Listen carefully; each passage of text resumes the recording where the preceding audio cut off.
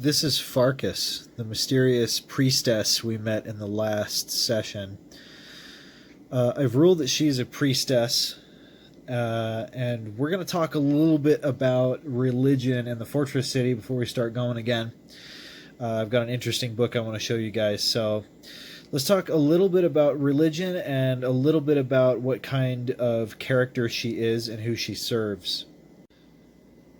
Okay, so a brief word about religion in the Fortress City is that it's simultaneously a big thing and a small thing. Like, there are almost no major religions in the Fortress City whatsoever. Instead, you get just a plethora, hundreds and hundreds of gods from different cultures, and some of them are just so local to where specific people came from that like nobody outside that place would have heard of it. So to really lean into that, we have this book here. We're going to be This is kind of one of the materials we're going to be using a little bit today. So this is called Petty Gods, a compendium of weird and unusual minor godlings. And this details beings that are they are gods, but they're less than even minor gods. They're petty gods. So a petty god is something like there's one in here that's a god of stairs and ladders. So just very specific things. And our new NPC friend Farkas is a priest of one of these gods. At the end of the book here, let's see if I can find it. There's actually a class that comes into this book, or that comes out of this book, where there's new spells and everything. Here it is. The priest. And this priest is sort of like a cleric. They have sort of the same spell casting, the same hit dice. But they only go to like level 10, so I'm assuming this is an NPC class. So that's perfect for what we're looking for, because she's an NPC. She's not going to be a permanent character. But this has to do with a setting called Barsoom, and I don't know what that is. But yeah, that's what we're going to be using for her. So right now, she is second level like the rest of us, which means she can cast one spell a day. But she's going to help us out for a while. She's got 2d6 hit die. And a pretty narrow spell list, but that's perfectly all right. So we're actually going to decide which of these minor gods she serves, and I have created a small list, which is not in this room, and we're actually going to pick from the gods on that list. If there's an even number, I can roll a dice for it, or a die for it, and we will give it a shot. And the theme of the gods of the Fortress City, you'll get a better idea for as we look at that list. So give me 1 second, and I'll go get the book that it's in.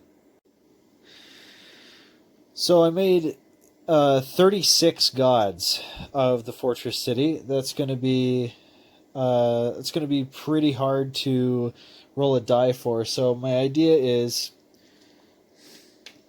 if I roll 2d20, we should have. That's the max on that is like 40, so if we roll like, I don't know. My thought is that statistically we're likely to get somewhere in the range of that. So they're actually pretty focused. So we have stuff like Goddess of Ephemeral Wealth, Abundiance, Adasek, the petty god of stairs and ladders, like I was talking about.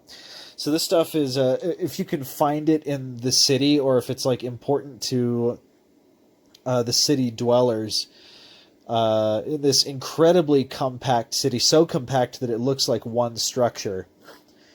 So like stairs and ladders are super important. People are usually looking for, easy wealth, so abundiance makes a lot of sense. There's a petty god of artificial light. A petty goddess of small spiders. There's one of lasciviousness and lechery. Watchers, guards, and adventurers. So it's a lot of stuff like that. So we're going to see who she serves by rolling these 2d20. 12 and 6. So that's 18. So if we count down from here, that's 1, 2, 3, 4, 5, 6, 7, 8, 9, 10, 11, 12, 13, 14, 15, 16, 17, 18. She serves Lady of Reigns, a petty goddess of political corruption. Lady of Reigns. So give me a second. I'm going to look that up, and we're going to take a look at her stuff, and we're going to decide how this is going to affect this NPC and what this means for our story. Well, that's quite the picture, isn't it? It says the Lady of Reigns is a petty goddess of political corruption and indiscretion. It's an aspect of something called the Jail God. And the Jail God, if I recall correctly, is not very good news. But let's take a look. This goddess is chaotically aligned, which means that Farkas is not necessarily a good person to be hanging out with, but hey, I think she's offering to help us, so yeah. It says the Lady of Reigns, also known as the Kingdom Breaker, is an aspect of the Jail God. She's most commonly found in wealthy, populous cities, newly admitted to the circles of the rich and powerful. Those with great wealth, social status, she appears as a woman or man of remarkable beauty. When she arrives in a city, the doors of high society are immediately thrown open to her. Wait, so... So I've got an idea. It says it's talking like this person sort of, or this goddess, appears in physical form. That's a case with a lot of these petty gods.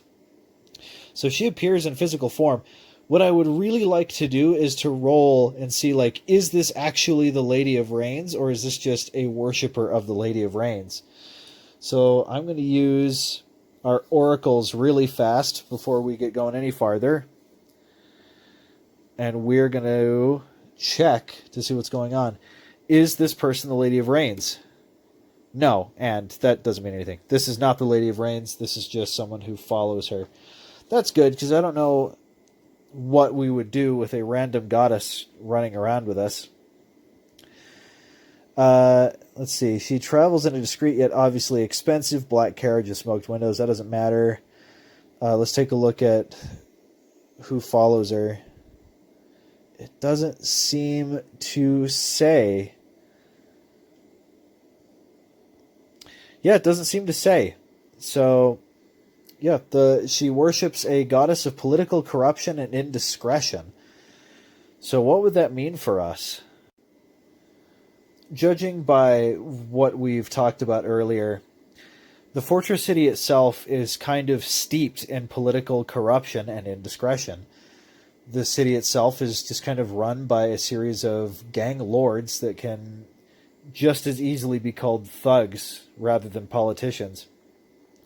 So this is actually fitting that we would have a priestess of what is more or less the status quo, actually. It's like she fits in rather well here. So she probably... Her worship has to do more with sort of the shifting of power, because as these powers that be are politically corrupt or indiscreet, power shifts from one to the other as people's allegiances shift with it. So she sort of foments change. It can easily be said she's some kind of maybe religious political activist or something like that. Great. So, yeah, we'll see how she helps us, but let's go over the materials we're going to use just as a refresher. So besides the small section of petty gods and the spells and stuff that Farkas is going to use, I keep like halfway forgetting her name just because it's so strange that's just really strange for me. Aside from that, we're also going to be using the oracles again. I'm still sticking with these rather than the fate chart just because of speed and efficiency. We are again just using the 2 table fables because of the resources they present. Once again, for Table Fables 2, we're going to be doubling, rather, the the results of map generation. So if we roll 5 feet, it's going to be 10 feet. That's just because Labyrinth Lord operates by 10 feet, or tens of feet. So that's Table Fables. Obviously, our rubric is Labyrinth Lord using the Advanced Edition Companion and the core rules. And then for 3 of our 4 classes, we're going to be using the class Compendium. And for lowercase class, we are using the Necromancer class. So, all right, let's get everything set up, and we'll see where we're going. This is going to be a little tricky for me right now. I don't know exactly what a priestess of the Lady of Rains is going to do for us, but who knows? Maybe her help is going to be, maybe it's going to be good. First things first, I'd like to know where we're going, why, what is she going to do to help us? She's agreed to help us. So in order to discern this, we are going to use the word salad charts from the Mythic system. So this is going to be 2 D100 rolls for an event meaning action and event meaning subject. So let's roll for one of those. 77. That's deceive. Deceive inside. Now I take this to mean that this is, in some way, this is meant to trick our pursuers. I'm not quite sure what the inside means, but I kind of get what we're aiming for. This is a secret place where we're going, and we're going to have to navigate through the city to get there. So, in order to better illustrate this, let's go into Table Fables 2.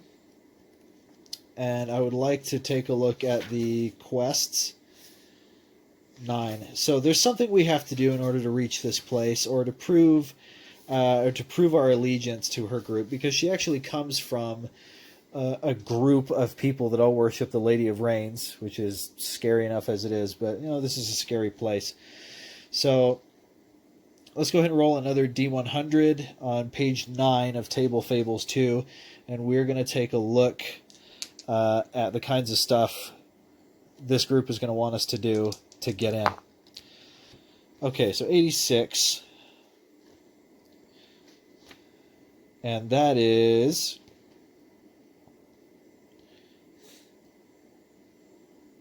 Aha, okay. So 86 says something like this. It says, if you can see that here. Yep, right there. It says, local farmers have been targeted in a series of gruesome and fatal attacks by various wild creatures. The townsfolk are nervous and hire the party to see if the local druids are to blame. So obviously we're going to be changing this to suit our needs. Now, farming in the fortress city does happen. So we're going to talk a little bit about that before we get... Farming in the fortress city takes place on top of the various buildings, where sunlight's not going to be able to easily get inside the city itself. Groups of farmers and cultivators will usually take residences on the tops of the massive structures in order to grow various crops, and then we'll bring them down from the tops of buildings. These farmers are usually under the control of the gang leaders that run the fortress city itself. So if we're going to be helping these guys, that means that there's something going on in the greenhouses on top of the fortress city, and we're going to go have to find out what's going on there. So again, we're going to be ascending and getting to some of these growers or granaries or greenhouses, what have you. So we're in for a trip. We need to get to the top of this place. Farkas is unfamiliar with this part of the fortress city, and therefore can only guess as to which direction we need to go. So we are going to be risking a lot. We're going to strike out on our own and try to go upward. We desperately need to prove ourselves to these people, because it is Veronique's belief that if we can appease them, we can have some kind of safe house or safe haven that we won't need to constantly be looking over our shoulders. So, in Table Fables 2, we've come back to page 61. And we're going to be running down these lists and once again crawling through the fortress city. Let's take a drink here.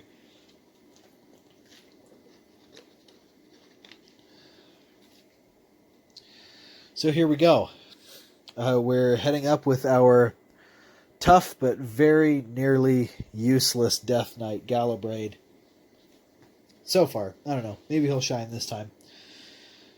So let's see, first of all, what's outside the tavern.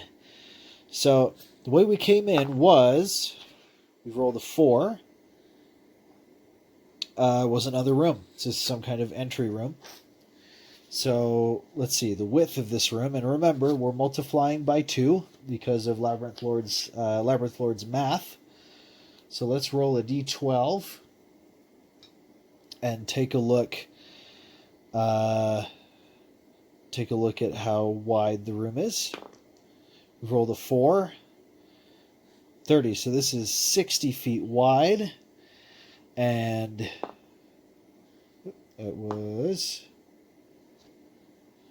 it's a 60 foot by 60 foot room. It's crazy how often you get even numbers there. And I've even taken the liberty of rolling for doors. We got 3, including the one we came in. One to the north, and one heading east. So, just for fun, this is going to be really, well, if we do roll stairs positively, then we're just going to say that we go up to the gardens. So, on page 62, we're going to be rolling to see if we have stairs.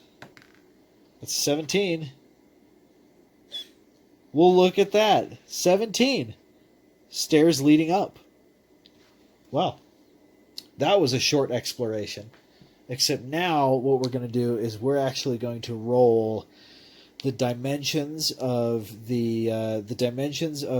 kind of the farming area where we're at. I'm going to get a little bit more imaginative because I'm imagining it's a lot more dynamic than just one room. I assume it's a mixture of sort of open air stuff and greenhouse stuff.